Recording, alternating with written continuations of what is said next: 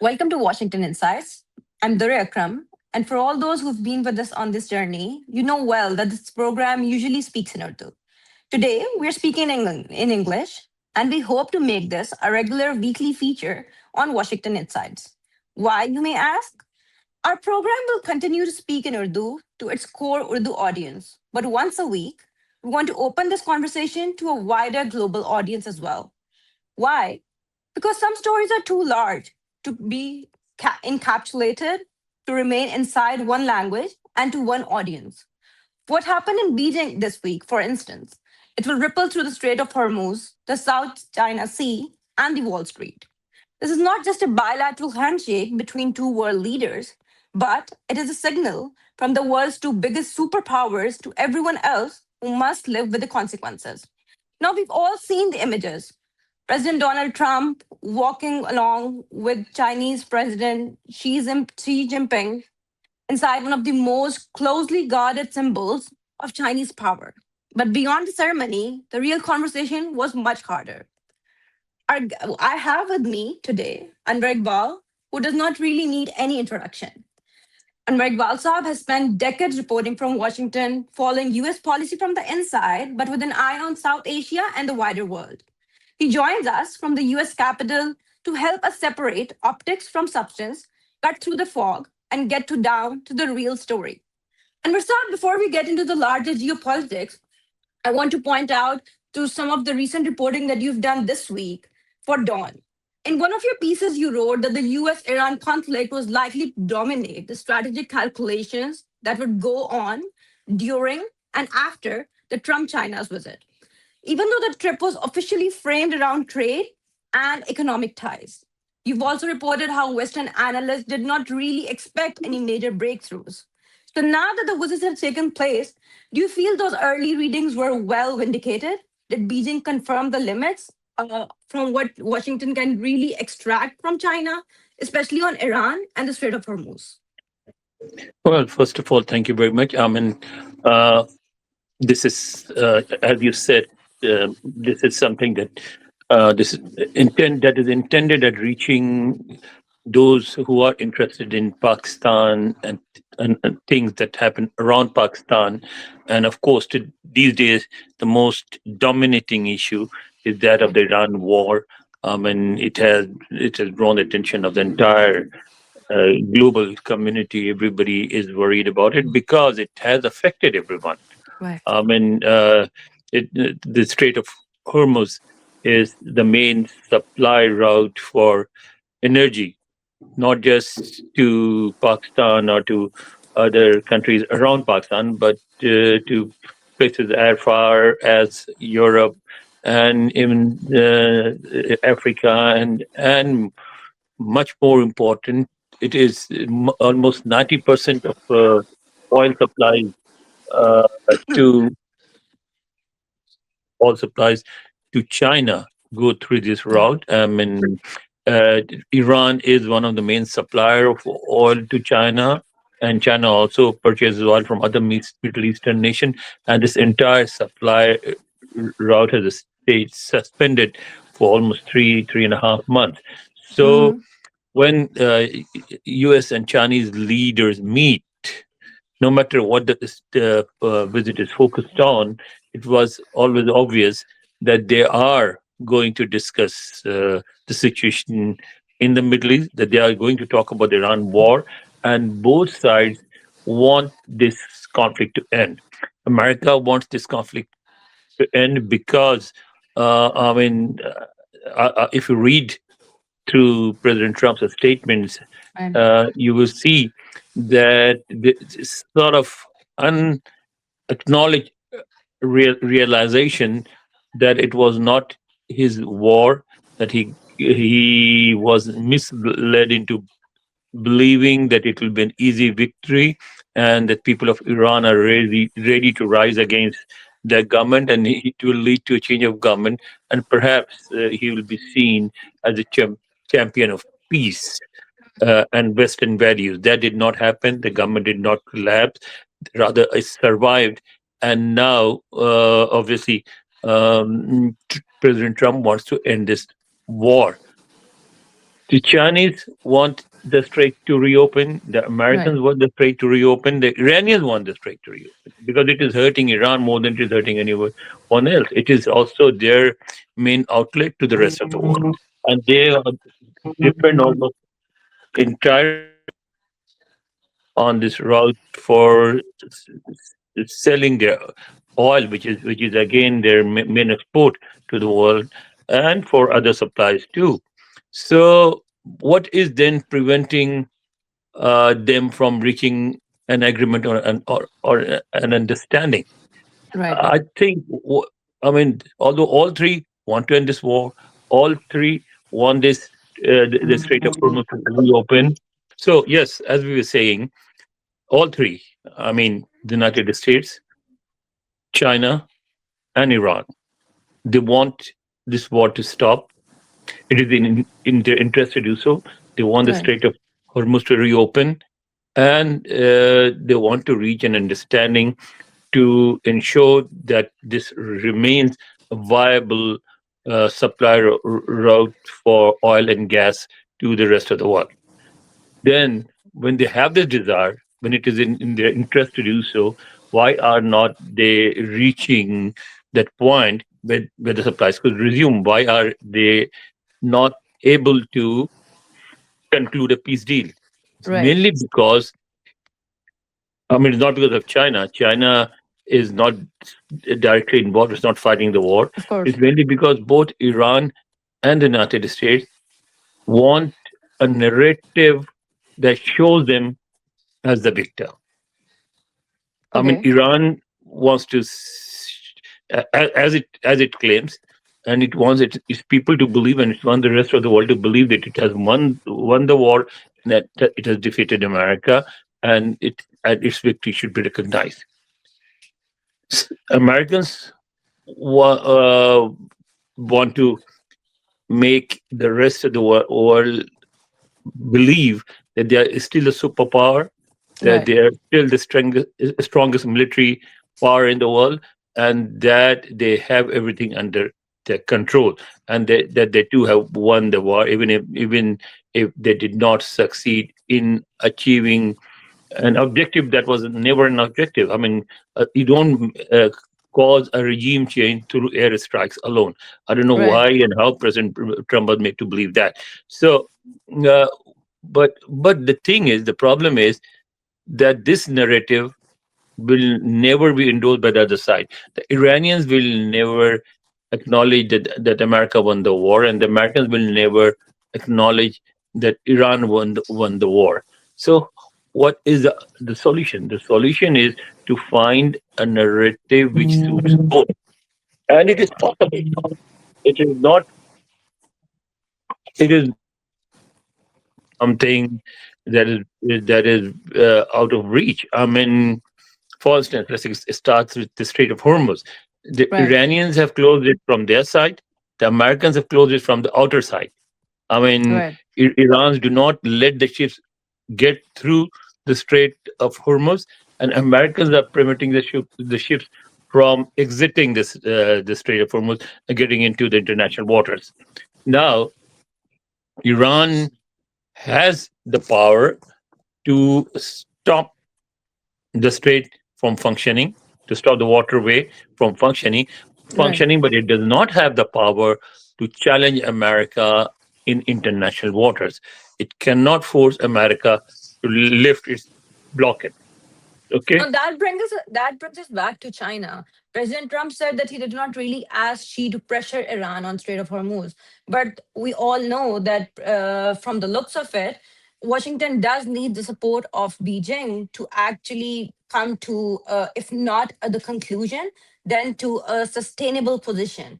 However, saying that or indulging in any such behavior would actually rip the superior authority of Washington in the eyes of Washington No, and the rest of the world. hold on. We again sort of overemphasize this point. Right, Washington needs China's help to convince Iran to come to right, terms, to right, actually make demands that are acceptable to America, and to conclude a deal that suits both. That's all. Iran, I mean, we believe somehow in Pakistan, uh, people have been led to believe that Americans have already lost the war, that they're no Yeah, more the superpower, that their economy that's is right. destroyed, and they are begging for peace because they're in trouble. No, Right. none of those things have happened. I mean, America is still the superpower. American economy is still the strongest economy in the world. America is still one of the largest countries in the world, and it is still very much in control. It what I mean, look what happened on the ground. That America launched a campaign in a remote for America in a remote corner of the Right. world, and it did not achieve its objective. That does not mean that America is finished as a superpower. That American economy is destroyed. That dollar will no more remain the international currency. No, there's too much. I mean, we are reading too much between the lines. No, All right. none of these things have happened. At the same time, America needs to acknowledge that despite its military might, despite its strong economy, despite its international influence and everything, it failed to defeat Iran. I mean, Iranians showed resilience. They proved to the world that they can and they have stayed defiant all these like weeks and months, and they can do so in the future too. So so what do you call it? You call it a stalemate. So if it is a Right. stalemate, then you do not go and ask. I mean, now I'm talking about the Iranian what do you call them, Iranian demands. I mean, Right. if you are if you are in a stalemate, you do not others ask the other sides to pay war reparations. You do not you cannot demand one-sidedly that you just lift all sanctions without any negotiations, without any conditions being settled and everything. You just lift the sanctions and go home, Right. and that you leave the region, that you empty your bases, that Empty your you bases.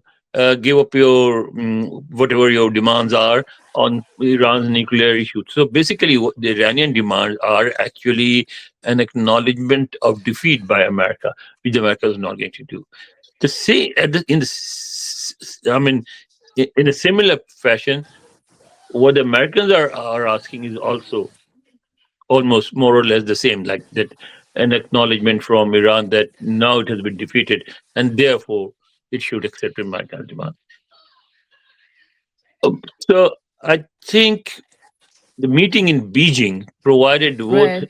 both provided President Trump an opportunity to discuss it with a power that has enough influence in Tehran to persuade Iran to do some of the things, not all the things, because Iran will not listen to all American demands. It will never accept all those demands, but at least to soften its stance, soften its position a little, and to come to a deal which is acceptable to both. And that power, the only power that can do so, is China, and that is why this meeting in Beijing was so important for China, for America, and for the rest of the world. And as you said, the people in Washington never expected a breakthrough, never expected a peace deal to be signed, but they did expect some progress on this issue, and I think some progress has been made. You see, the statements issued today uh, Exactly. indicate a willingness on China's behalf to have a fresh look at the entire issue. Uh, Otherwise, I mean, but again, we in Pakistan tend to say that if the meeting in Beijing fails to resolve this issue, then America will be stuck, and it will have no other option, and it will have to it will be defeated, and it will have to fulfill Iran's demands. No, if Brilliant the points. But talking about the Washington establishment, do you think they view this trip as a serious stagecraft, or is this, for them, would it resonate as a typical President Trump move, who actually likes victories and who actually likes a show of his power? it was not President Trump's move. It was, you see. China has gradually increased its economic might and military might. China has started taking strong positions not just on Iran but on other issues too. You Right. see how it vetoes U.S.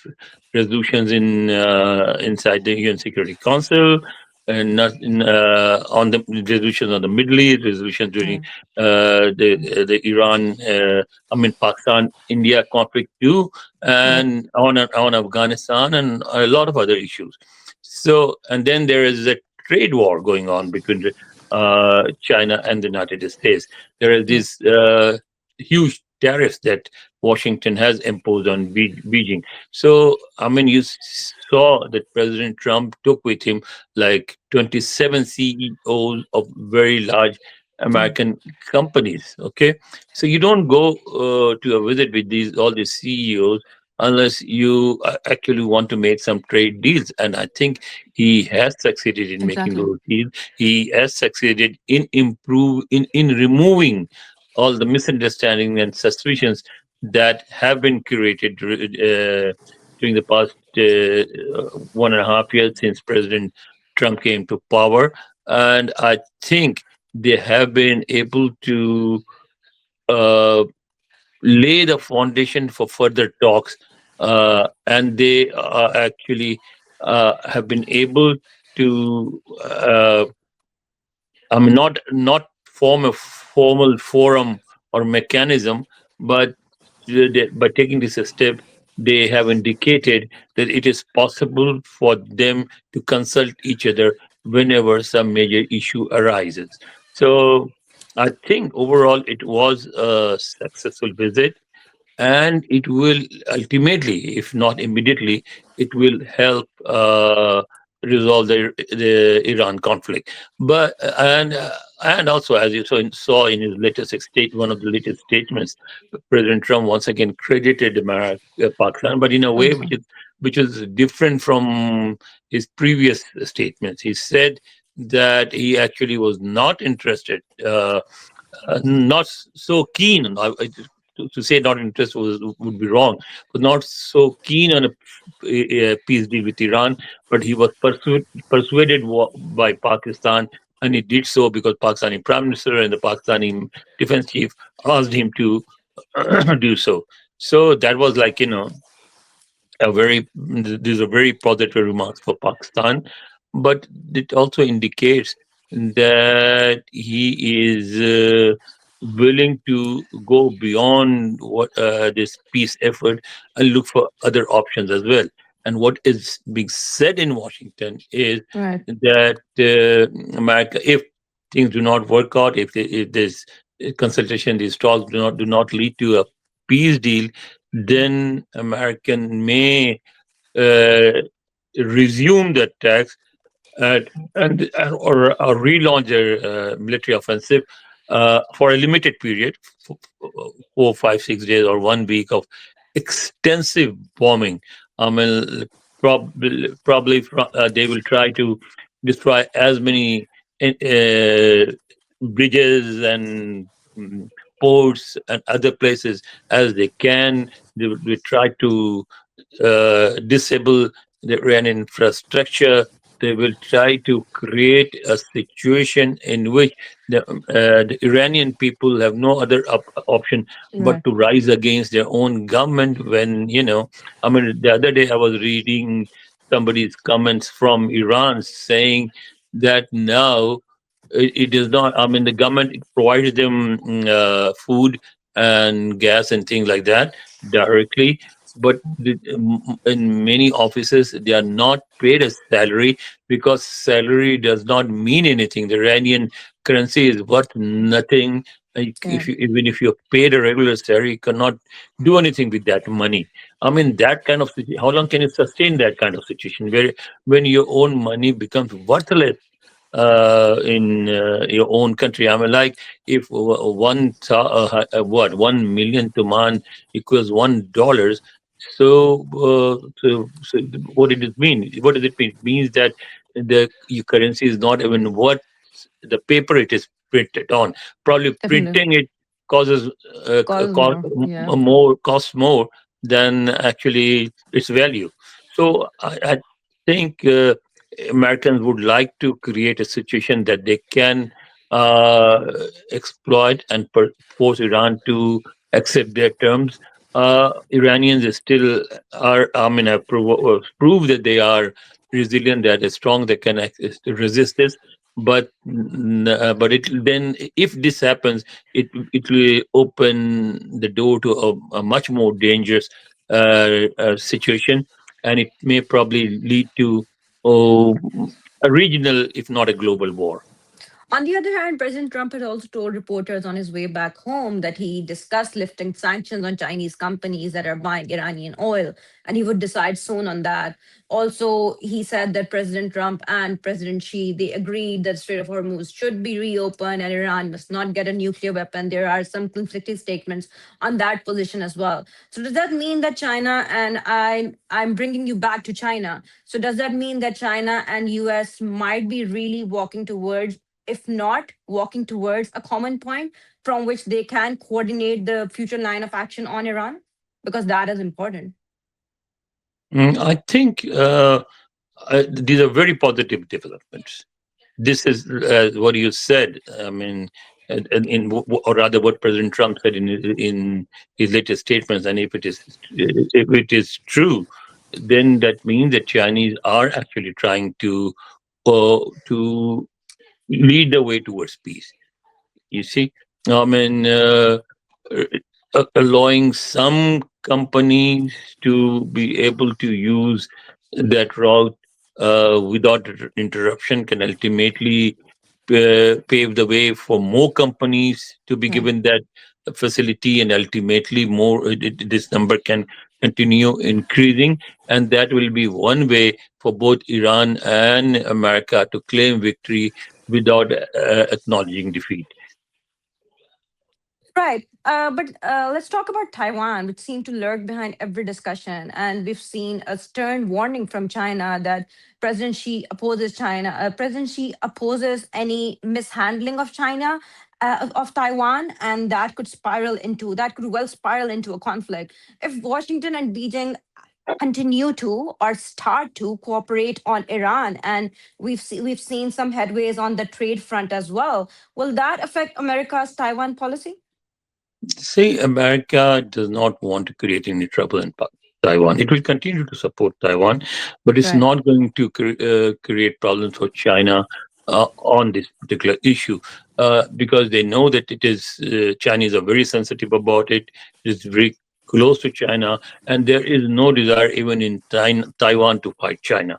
So I think President Trump introduced this subject in conversations, or at least in conversations in the media, Right.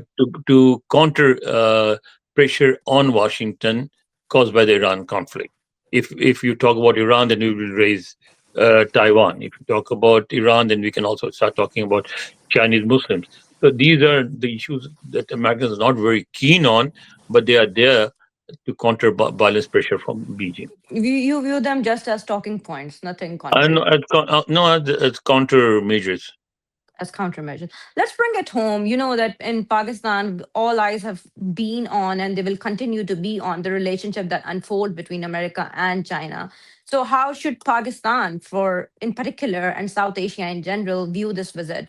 If talking about Pakistan, let's talk about CPEC. That is the cornerstone of every major economic investment or economic plan that we try to or that we are talking about in Pakistan.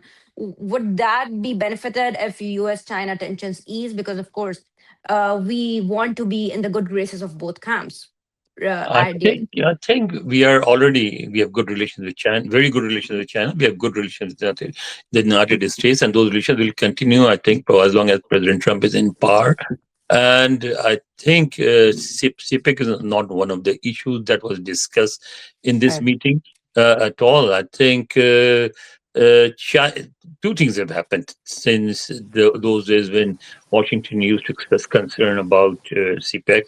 CPEC. Number one, that both China and Pakistan are still interested, but they're taking fewer and fewer practical steps to actually do anything to cause concern or appreciation in Washington. No major plan is in the making. There has not been major investment from China into Pakistan during the last few months, and I mean, America's main concern was that Pakistan may give bases to China in Gwadar. That also has not happened, and I think it's unlikely to happen. So I think America does not see Pakistan's relations with China as a threat to American interest, and Chinese also do not see Pakistan's relations with America as a threat to Chinese interest. So that there is very little pressure on Pakistan on that particular issue. To close, I think we decided to keep this close to 20 minutes, and we've already crossed our original plan. To close, let's look ahead in the next 30 days or in the next 6 months. I know you don't really like to quantify things, especially when it comes to geopolitics, but what should we watch out for? Do you think that in the light of these positive developments, as you yourself said, we would really see some positive developments or some movement on the Iranian front per se? Uh, we might. I mean, the latest statements from President Trump indicate that that some progress has been made. But as the situation is so volatile that you cannot make any safe predictions. I mean, something may happen tomorrow and the war may resume, or something positive may happen, and you may actually see U.S. And Iranian delegation meeting in Islamabad or some other world capital to discuss this issue. But I think some progress has been made, and but to say uh, what will happen in the next 15-20 days is very difficult. Thank you so much, Saab. I hope that by the time we sit together for another session in English, keeping an eye on what's happening around the world, there might be some clarity, if not consensus, on what will really happen. War is something that we do not want. You don't want war. I don't want war. No one really wants war. As we come to the end of this conversation, I'm actually struck by how much of it lies beyond the headlines, how much of it lies beyond the usual pleasantries that happened, that unfolded in Beijing. And now that President Trump has left for Washington, he had warm words for the Chinese president. But if talking about President Trump's personality in particular, he has had few tangible victories to sell. He would continue to talk about how he scored a few Boeing orders. He would continue to talk about trade corridors, and he would continue to emphasize upon getting China's support or getting China's word of approval on his stance on Iran. However, the lesson here, we would have to wait and watch, just like you said, how this meeting, how the summit actually unfolds into the uh, on the ground. Thank you for joining us. Stay tuned for more updates.